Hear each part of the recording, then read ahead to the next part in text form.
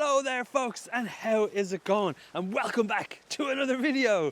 Look where we are in this winter wonderland. It's so rare that it snows so heavily here in Ireland in general. We do get some dustings for sure, but the last few days have been pretty intense. Well, the last week really has been pretty intense in terms of the snowfall that's come. Now, we are leaving it a bit late because we have no car. We stole Orla's mam's car. Thanks so much, Deirdre.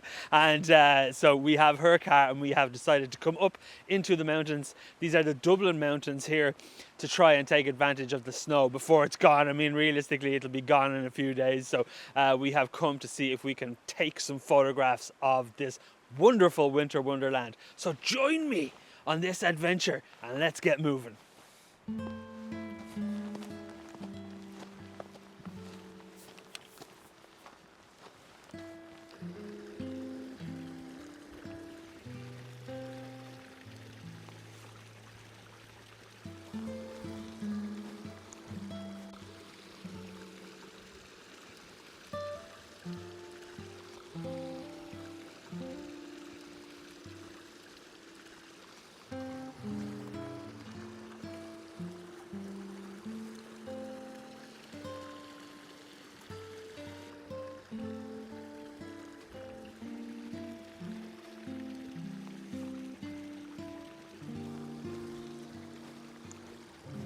So one of the wonderful things, and as I always say in relation to these videos, is that whatever catches your eye, I tend to usually just stop at. And this is exactly what's happened here now, overlooking this little stream or babbling brook, if you will, that is meandering its way through here. And this was the kind of picture that I was really hoping that I could potentially find coming out today, because I really love the idea of each side of the little river being, you know, flanked by the snow.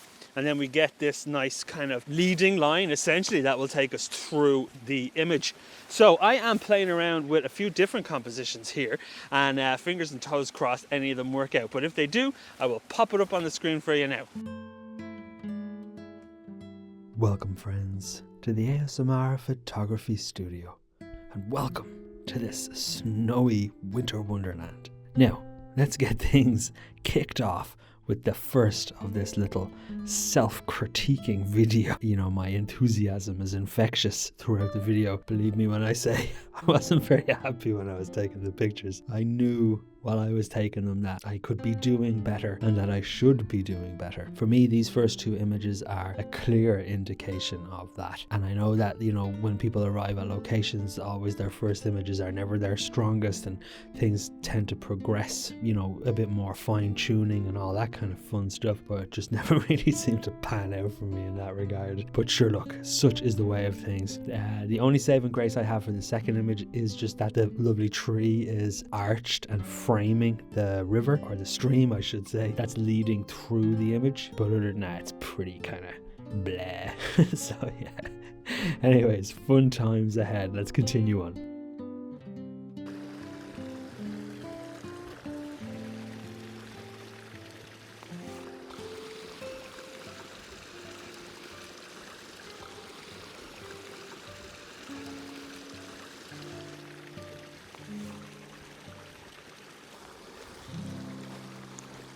So I have meandered my way a bit further along this beautiful river here and found these lovely icicles, which is awesome.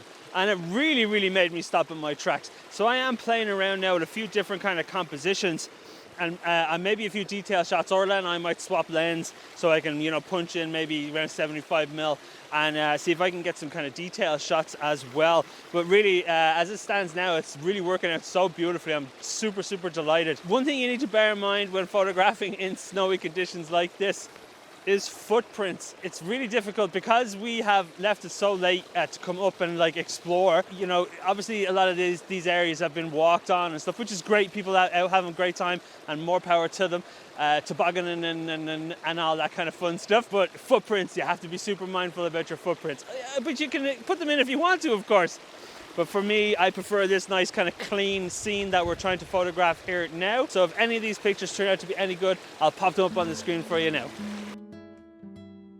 Now, the first out of these 3 images we are going to look at now is terrible. I really don't like it at all, trying to use the foreground rock as an anchor into the frame, but really it's too messy and it's just too cluttered. I should have shot it a little bit wider to include a bit more of the rock in the foreground, but yeah, sure, look, such is the way things. At least I'm trying my best to learn from these mistakes. The other 2 images that we're going to look at now are a little bit better, only just because I was kind of a bit more focused. When I had seen the lovely icicles, I knew that this could work to create something, and for me the second of these 2 images is the stronger one, just because it's just a bit more of an abstract-y kind of detailed shot. I like the little bit of motion that was captured in the background in the water, but overall, again, I feel like I could have just done something a bit better. I feel like I could have potentially gotten a bit lower to be looking more straight on into the icicle thing, and of course then use the water as more of a leading line up into it. But sure, look, next time.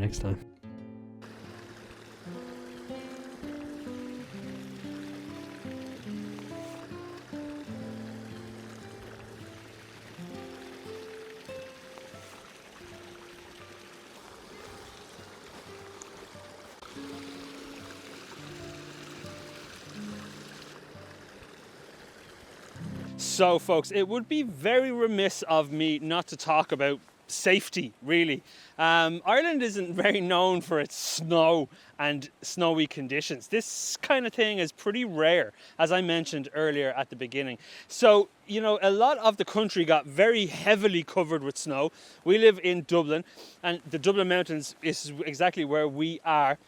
Didn't get it as bad. It's still pretty bad, but it didn't get it as bad, say, as like the Midlands, for instance. So there was lots of warnings being put out by the county councils to, you know, be safe and be ready for anything, essentially.